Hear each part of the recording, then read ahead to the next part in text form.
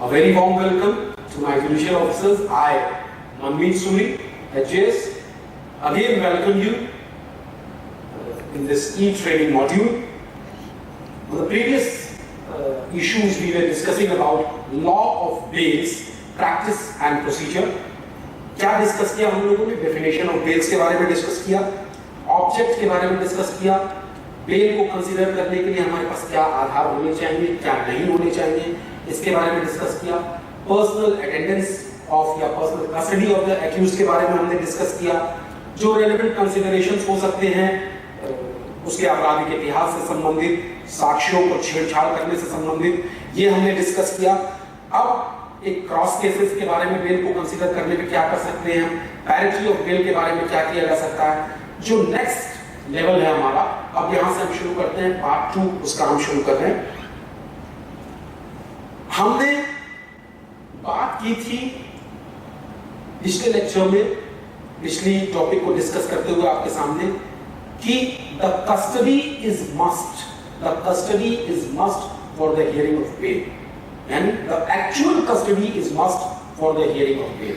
यहां पर अगर आपने सेक्शन 267 सीआरपीसी के बारे में पढ़ा हो, निश्चित रूप से आपने पढ़ा होगा, आप जानते होंगे, कॉमन लैंग्वेज में हम इसको कहते हैं, बोलचाल की भाषा में, वारंट बी या प्रोडक्शन वारंट। यानी कि प्रोडक्शन वारंट किसी पर्टिकुलर एक्यूज पर तामील हुआ हो, क्या इसी आधार पर हम उसकी बेल की सुनवाई कर सकते हैं? आप ये मत समझिए कि यह मामला मैं कोई हाइपोथेटिकल रूप से आपके सामने प्रस्तुत कर रहा हूं। निश्चित रूप से every two and fro advocates के द्वारा यह बात की जाती है कि सर आपके द्वारा 267 का प्रोडक्शन वारंट भी जारी है, फला जेल में ये बंद है, आप ही की कस्टडी में माना जाएगा और इसकी जमानत पर विचार कर लिया जाए। तो यहाँ आपको यह बात, यह कानून जानना बहुत जरूरी है कि क्या मात्र प्रोडक्शन वारंट बी और वारंट अंडर सेक्शन 267 की तामीला ही उस एक्सक्यूज के ऊपर हुई हो तो क्या वो बेल सुनने के लिए सफिशिएंट आधार हो सकते हैं?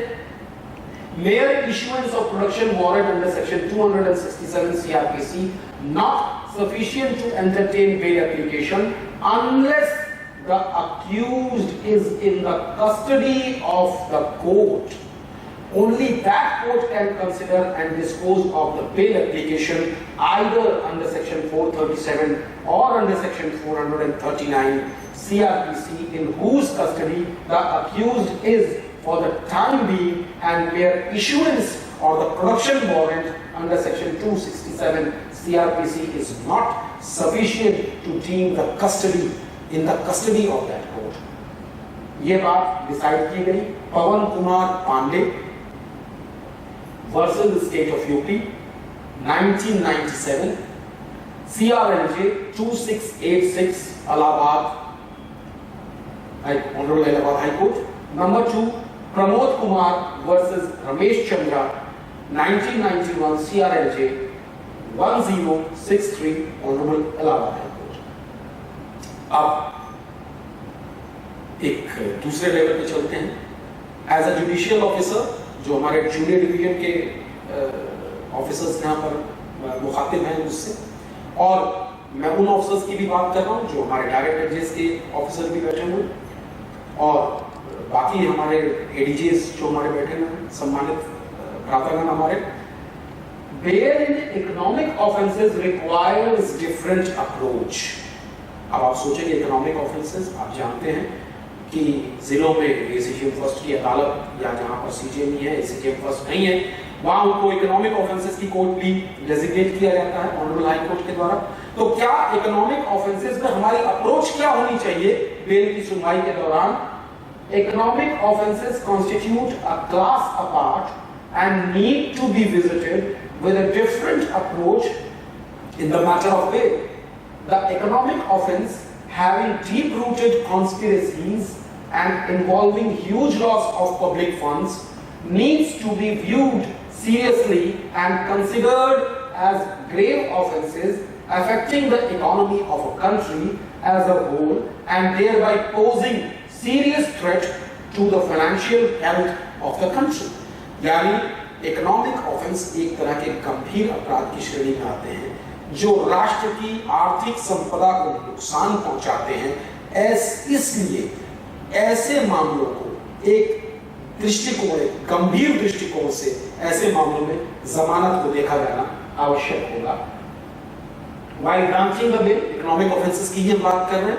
While granting the bill, the court has to keep in mind the nature of accusation, the nature of evidence in support thereof, the severity of punishment which conviction will entail, the character of the accused, circumstances which are peculiar to the accused, reasonable possibility of securing the presence of the accused at the trial, यानी वो सारे connotations जो किसी bell को grant करने के लिए या रिफ्यूज करने के लिए हम कंसिडरेशन में लेते हैं, उनका ध्यान देना, गंभीर रूप से ध्यान देना बहुत आवश्यक है।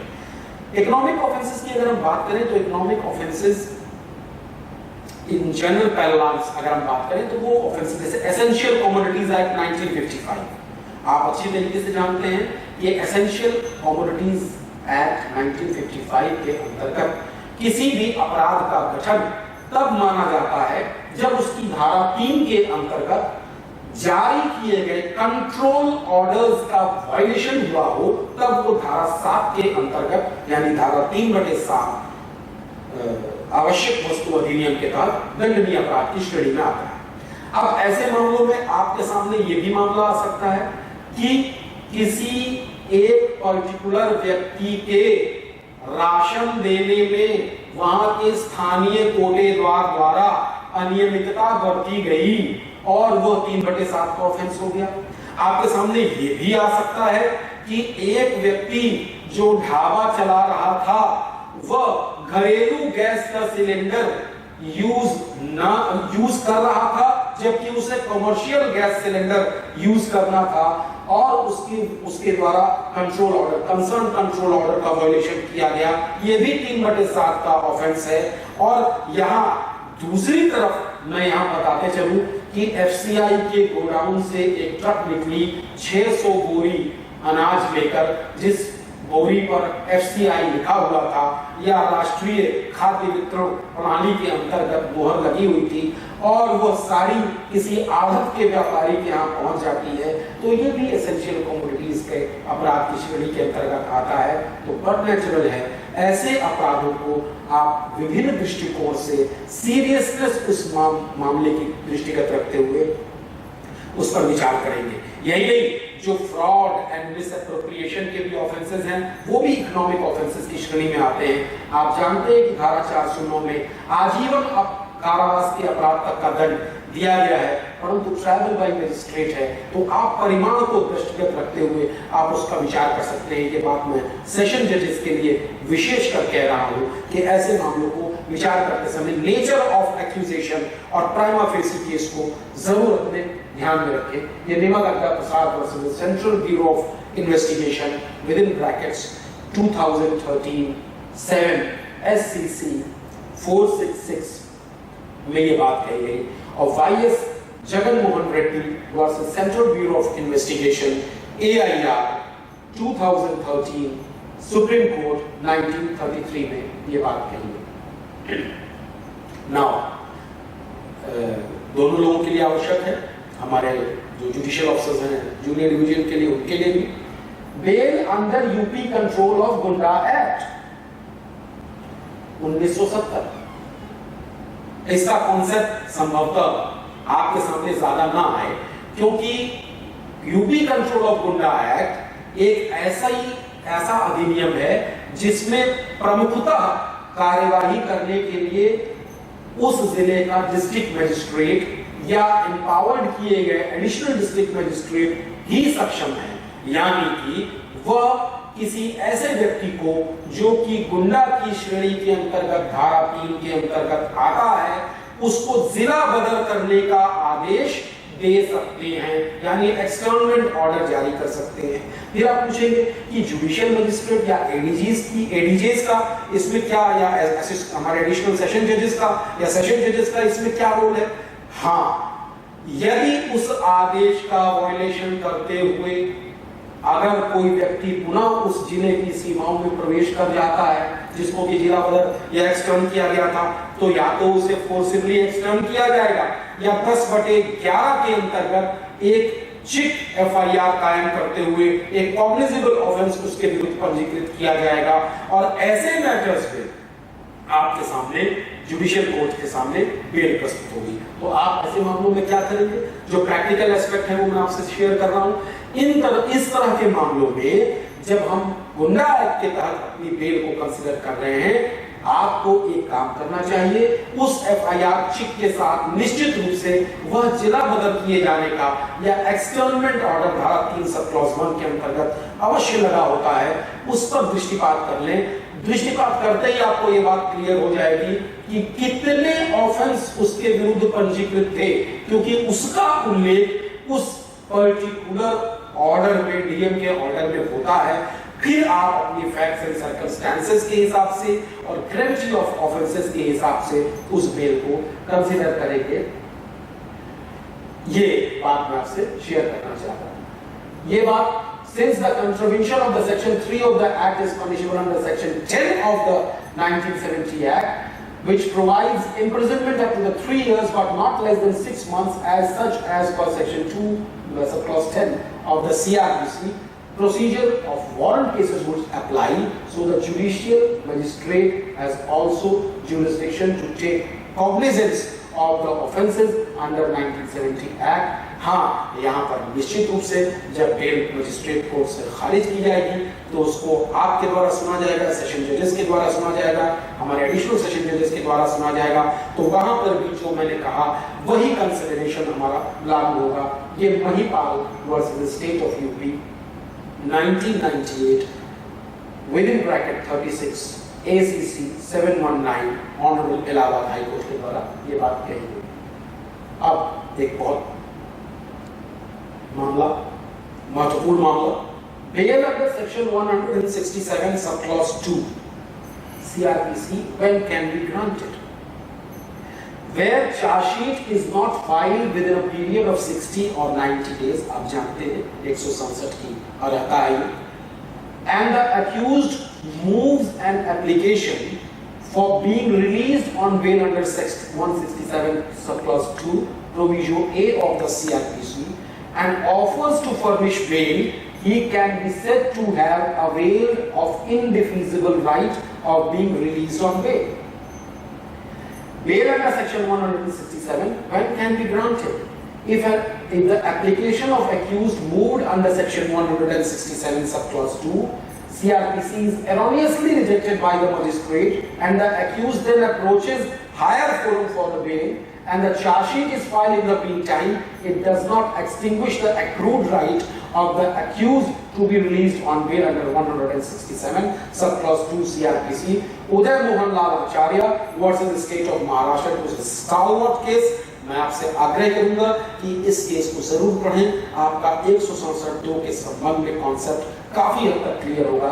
उदय Mohan Lal Acharya versus state of Maharashtra AIR 2001 SC 1910, then Dinesh Kumar Jain versus state of UP 2001 CRNJ 2847 Honorable Allahabad High Court।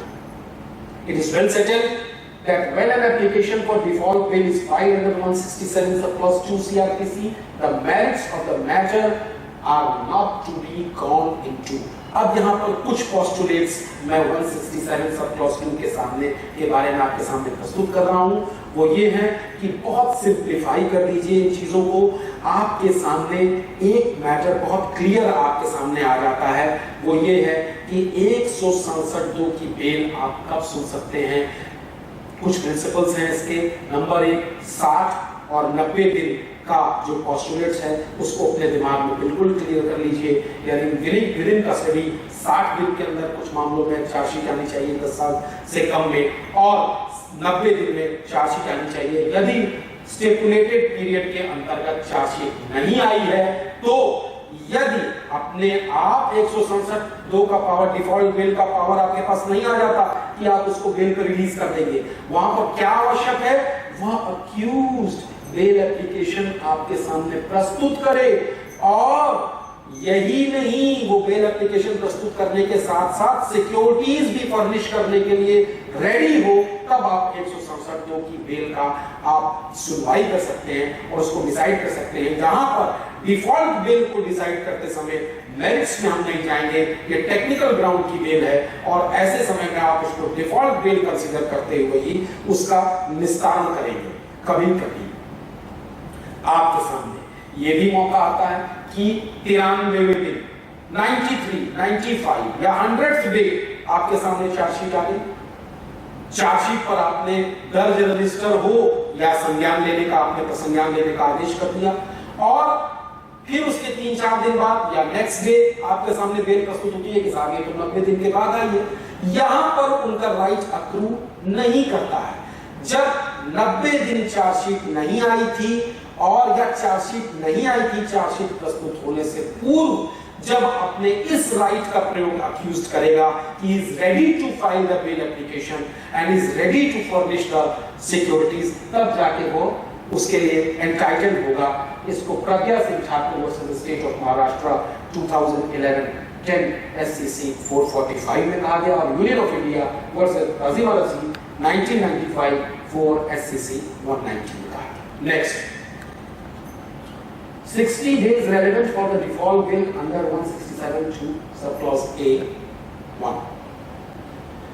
If minimum sentence is less than 10 years, but the maximum sentence is not death or life imprisonment, in all cases where minimum sentence is less than 10 years, but maximum sentence is not death or life imprisonment, then section 167 subclause 2 within brackets A subclause 1 CRPC will apply and the accused will be entitled for the grant of default bail after 60 days in case charged is not filed.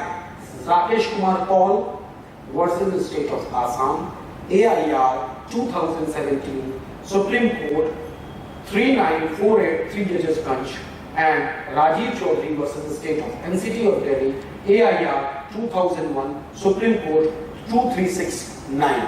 We are discussing important facets of default bail, but maybe in some other lecture, some other issue which is taken by some other my faculty member or me also, we will discuss at length the default bail. Imprisonment for a term if not less than 10 years in section 167 its meaning. In the matter of criminal cases involving offences against under section 386, 386 of the IPC, the Supreme Court has defined the meaning of expression imprisonment for a term of not less than 10 years in section 162 as under क्या कहा कि section 386 IPC में जो ये बात कही हुई है कि उसका दंड इससे ज्यादा नहीं हो, 10 वर्ष से ज्यादा नहीं होगा, उसको कहा कि extortion by putting a person in fear of death or grievous hurt, whoever commits extortion by putting any person in fear of death or of grievous hurt to that person or to any other shall be punished with imprisonment of either description for a term which may extend to 10 years and shall also be liable to fine. कहा गया कि under 386 of the IPC imprisonment can vary from the minimum to the maximum of 10 years and it cannot be said that imprisonment prescribed is not less than 10 years, meaning thereby यहाँ पे 60 दिन की chargesheet की मियाद आपके सामने run करेगी। This was decided in Rajiv Chaudhary versus the state, that is within bracket NCT of Delhi, AIR 2001, Supreme Court 2369. Again, period of 60/90 days under section 20 CRPC begins. कब हम commute करना शुरू करेंगे, count क्या करेंगे, what is the counting process? Run from the date of order of remand and from not the date of arrest. ये बात एकदम क्लियर कही गई कि पुलिस उसको कब अरेस्ट करती है यह मायने नहीं रखता है। जो प्रथम दिन है, जो date of order of remand है टू द जुडिशियल कस्टडी और टू द पुलिस कस्टडी, उसी दिन से हम उस पीरियड का 60 या 90 दिन के पीरियड का आगणन करना शुरू करेंगे। Pragya Singh Thakur versus state of Maharashtra 2011-10 SCC 445 और Chaganti Satyanarayana versus state of Andhra Pradesh AIR 1986 Supreme Court 2130. Detention for more than prescribed period in a case accused is not prepared to give bail. Doubtful question may arise, ये बात मैं अभी discuss भी आपके सामने मैंने की. Doubtful question may arise as to whether the magistrate can detain the accused person for further period beyond the prescribed period of 90 or 60 days if the accused is not prepared to and does not furnish the bail. This doubt, ये संशय clear किया गया, cleared by the explanation number 1 of the section 167 that notwithstanding the expiry of the period specified in paragraph, accused shall be detained in custody so long as he does not furnish the bail. यानी जब तक वो अपनी bell को furnish नहीं करता है उसे कस्टडी में रहना होगा, रहेगा. डायरेक्टरेट ऑफ एनफोर्समेंट बहुत इंपॉर्टेंट केस है, इसको आपको मिले अपने गूगल पर या अपने AIR के लीगल सॉफ्टवेयर पर, इसको जरूर पढ़ें एट लेंथ. ये अरेस्ट कस्टडी प्रोसीजर पर एक अपने आप में कंप्लीट लॉ है. Directorate of enforcement versus Deepak Mahajan AIR 1994 supreme court 1775. ये हम लोग ऑलरेडी देख चुके. आपके सामने सेक्शन 88 और सेक्शन 319 CRPC की बात भी मैं करता चलूं. Relying upon an earlier decision of Allahabad High Court reported in Mediram alias Mediram versus the state of UP, the Honorable Allahabad High Court has held that an accused who has been summoned by the court under section 319 CRPC cannot be granted bail under section 88 CRPC. आप section 88 CRPC के बारे में बेहतर तरीके से जानते हैं. वहां पर पावर दी गई है कोर्ट को कि जिसे तलब किया जाए उस पर बेल पर विचार कर सकती है, परंतु यहाँ पर धारा 319 लागू होगा. 88 और 319 की कॉन्नोटेशंस ऑल टुगेदर डिफरेंट है. आप दोनों को अपने सामने पैरेलल रखकर पढ़ेंगे तो अपने आप आपको सारी बातें क्लियर हो जाएंगी. नेक्स्ट सेक्शन 88 क्या कह रहा था? Power to take bond for appearance when any person for whose appearance or arrest the officer presiding in any court is empowered to issue a summons or warrant is present in such court. Such officer may require such person to execute a bond with or without sureties for his appearance in such court or any other court to which the case may be transferred for trial. 88 में कहता है कि आप उसके appearance का bond ले सकते हैं उस अभियुक्त का जिसको कि आपने तलब किया हुआ है. यहाँ धारा 88 और धारा 319 CRPC में एक बहुत इंपॉर्टेंट फर्क है. 319 में आपको उसको एक एडिशनल एक्यूज्ड के रूप में तलब कर रहे हैं, तो यहाँ पर बेल के लिए वही मेरिटोरियस प्रोसीजर्स लागू होंगे, मात्र इस आधार पर उसको बॉन्ड ऑफ अपीयरेंस लेकर उसको एक्यूज्ड नहीं बनाया जा सकता. Now you all very well know this topic is to be taken by as a separate complete topic, but bail in juveniles under section 12 of the Juvenile Justice Care and Protection Act 2000 according to section 12 आप जानते हैं. अब जो ये process change हो गया, relevant section जो आपका juvenile justice care and protection act 2012 का है, लगभग वही कॉन्नोटेशन इसके साथ चलते हैं कि that there are reasonable grounds for believing. Bail consider करते समय आप क्या देखेंगे? that there are reasonable grounds for believing that the release is likely to bring him into the association with any known criminals or that he would be exposed to moral, physical or psychological danger or that his release on bail would defeat the ends of justice. For the law of bail of juveniles is quoted above. ये आप देख लें जो important rulings थी.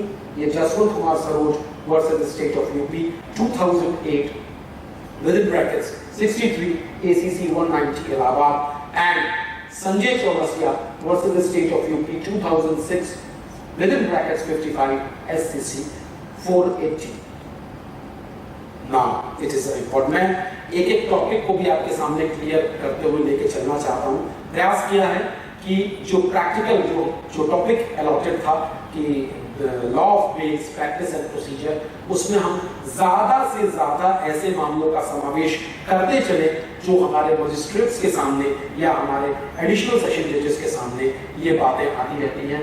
Now bail under prevention of cow slaughter act 1955, यहाँ slaughtering of cow in public lodge is a public offense and it offends religious faiths of a section of society, and such an act is liable to create communal tension between two communities and would disturb the public tranquility of the area, and the harmony between the people of divergent sections of the society would be shattered.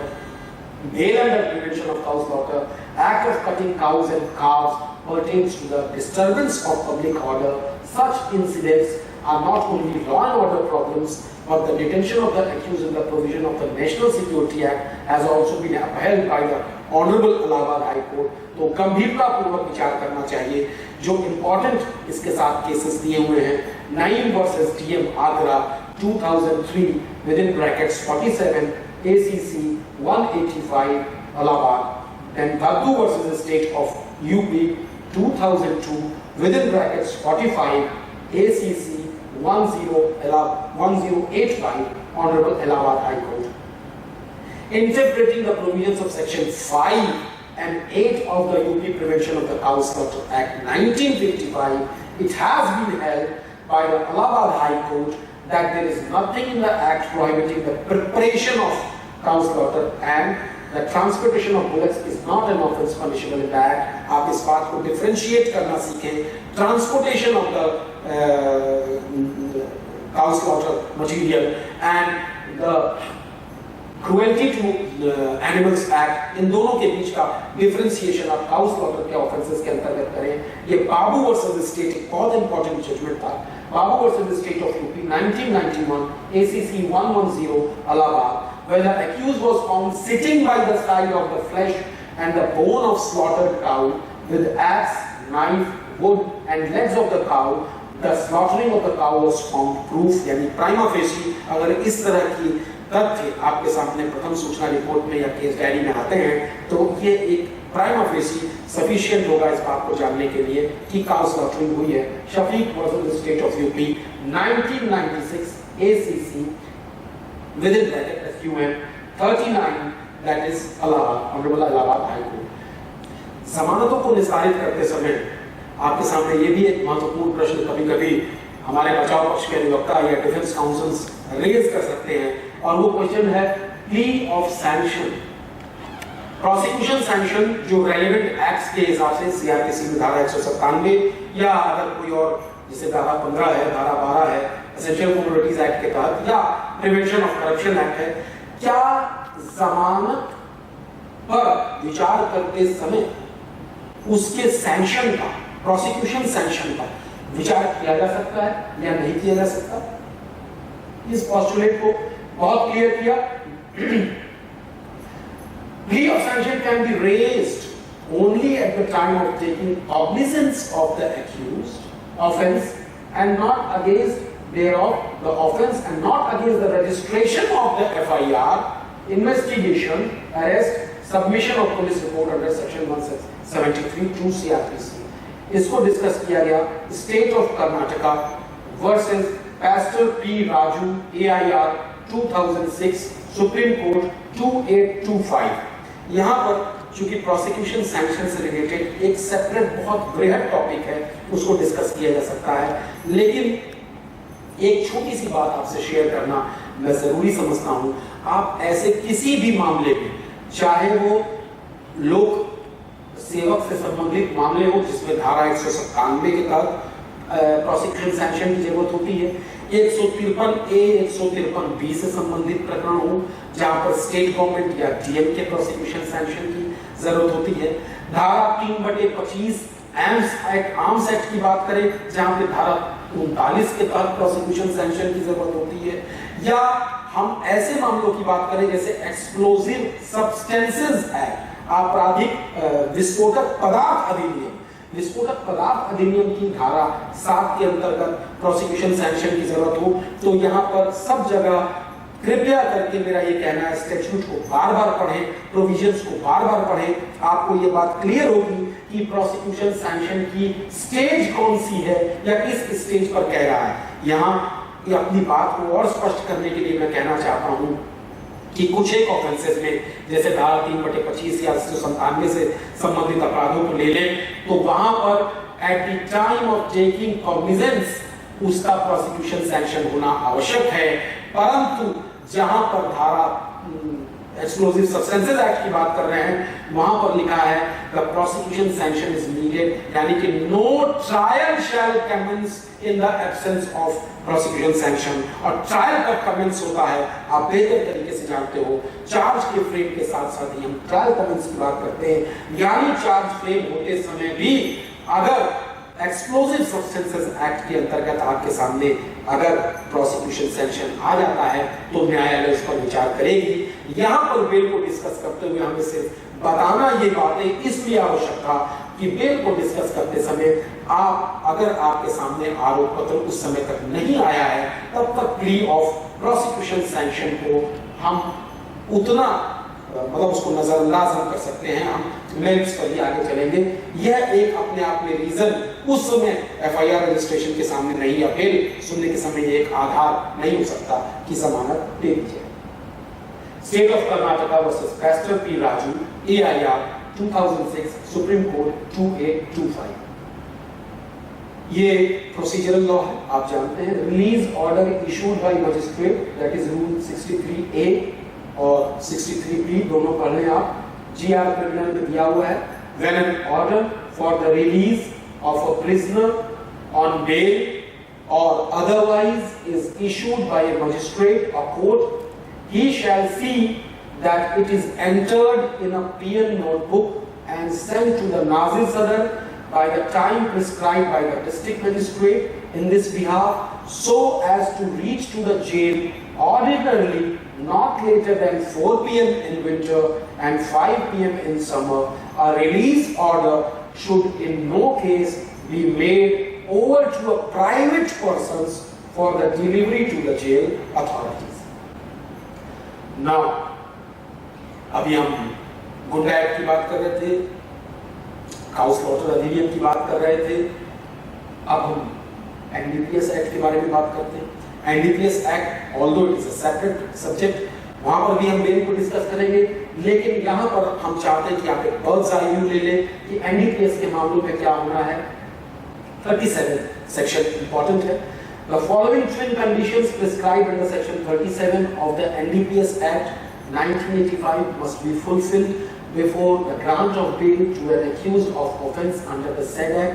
Number 1, that there are reasonable ground for believing that the accused is not guilty, that the accused is not guilty to commit any offence while on bail. तो ये बात कही गई union of India versus Shivshankar Kesari with in brackets 2007 SCC 798 and Superintendent Narcotics Central Bureau Chennai versus R. Paulasamy 2001 CRNJ 117 within bracket Supreme Court 227. Bail under ASJ under any additional session there under NDPS Act 1985. When the special judge exercises the power grant of bail, he is bound by section 37 of the NDPS Act. He has to take into the account the condition laid down, which I have mentioned in the previous slide, under clause 1 and clause 2 of the section 37 sub clause 1.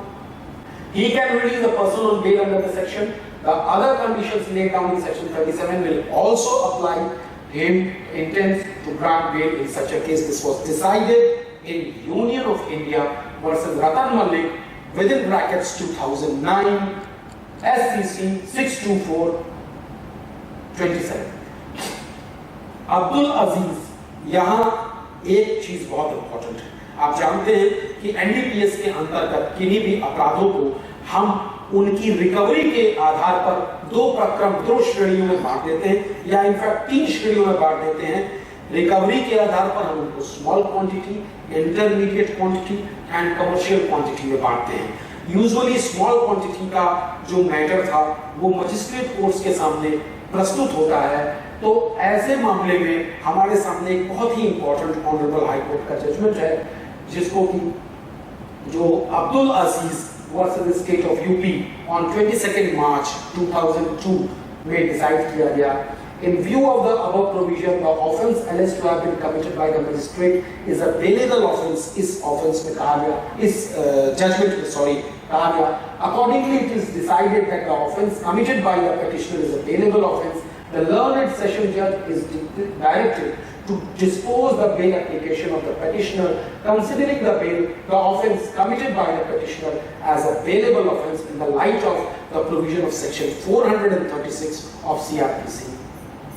Section 18 read with section 20, the recovery of narcotics much less than commercial quantity, accused entitled to bail. This was decided in Ram Prasad alias Parsa versus the state of UP 2003 sub clause 1 JIC Allahabad. कहने का तात्पर्य सिर्फ इतना है कि यदि small quantity या very less quantity अगर बरामद होती है तो ऐसे ऑफेंसेस को इस जजमेंट की लाइट में आप एक बेलेबल ऑफेंस के श्रेणी में रख सकते हैं और तदनुसार उसकी बेल डिस्पोज करेंगे। ASJs के एडिशनल सेशन जजेस के लिए हमारे सामने bail in UP gangster act 1986 बहुत वृहद प्रोविजंस हैं गैंगस्टर एक्ट के। उत्तर प्रदेश गिरोहबंद एवं समाज विरोधी क्रियाकलाप अधिनियम 1986 के अंतर्गत जमानतों को डिसाइड करते समय हम क्या प्रक्रम रखेंगे आप अच्छी तरीके से जानते हैं।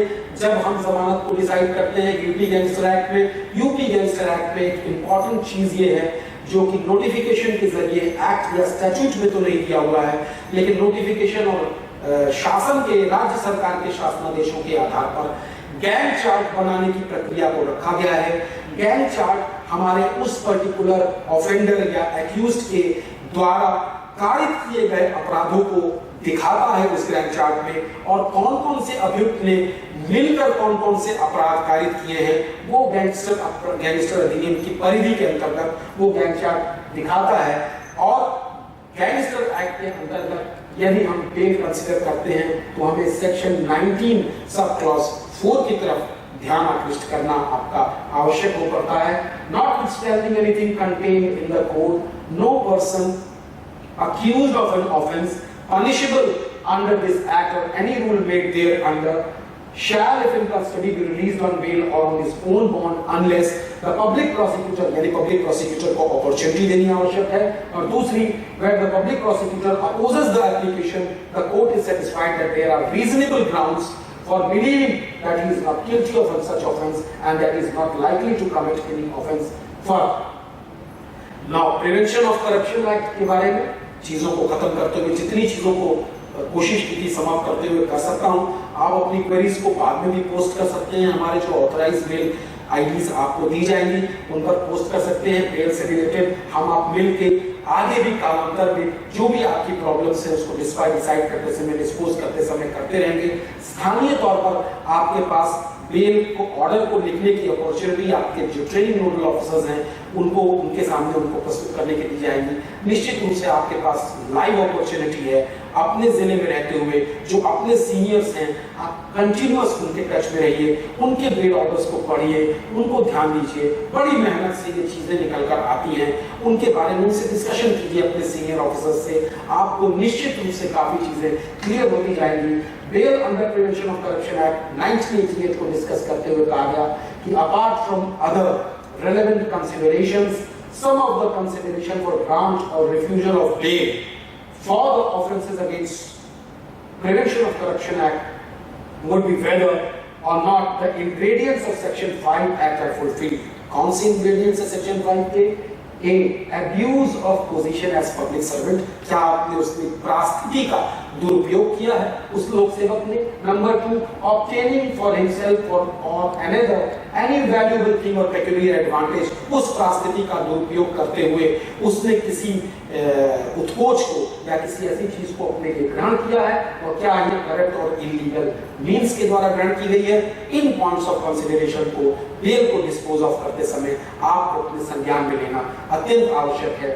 Are Balakrishna Pillai versus state of Kerala 2003 within bracket 46 ACC 837 Supreme Court. Now we are coming to the end of this particular issue, the part 2 of the bail process and procedure. दो बातें मैंने लास्ट में अपनी लास्ट लाइन में लिखी हुई हैं। Pragmatic approach during disposal of bail. A is managing time at the time of hearing bail and B is writing bail orders. A के बारे में अगर मैं बात करूं तो आपको बेल की सुनवाई के समय ही आपके ऊपर सबसे ज्यादा प्रेशर होता है।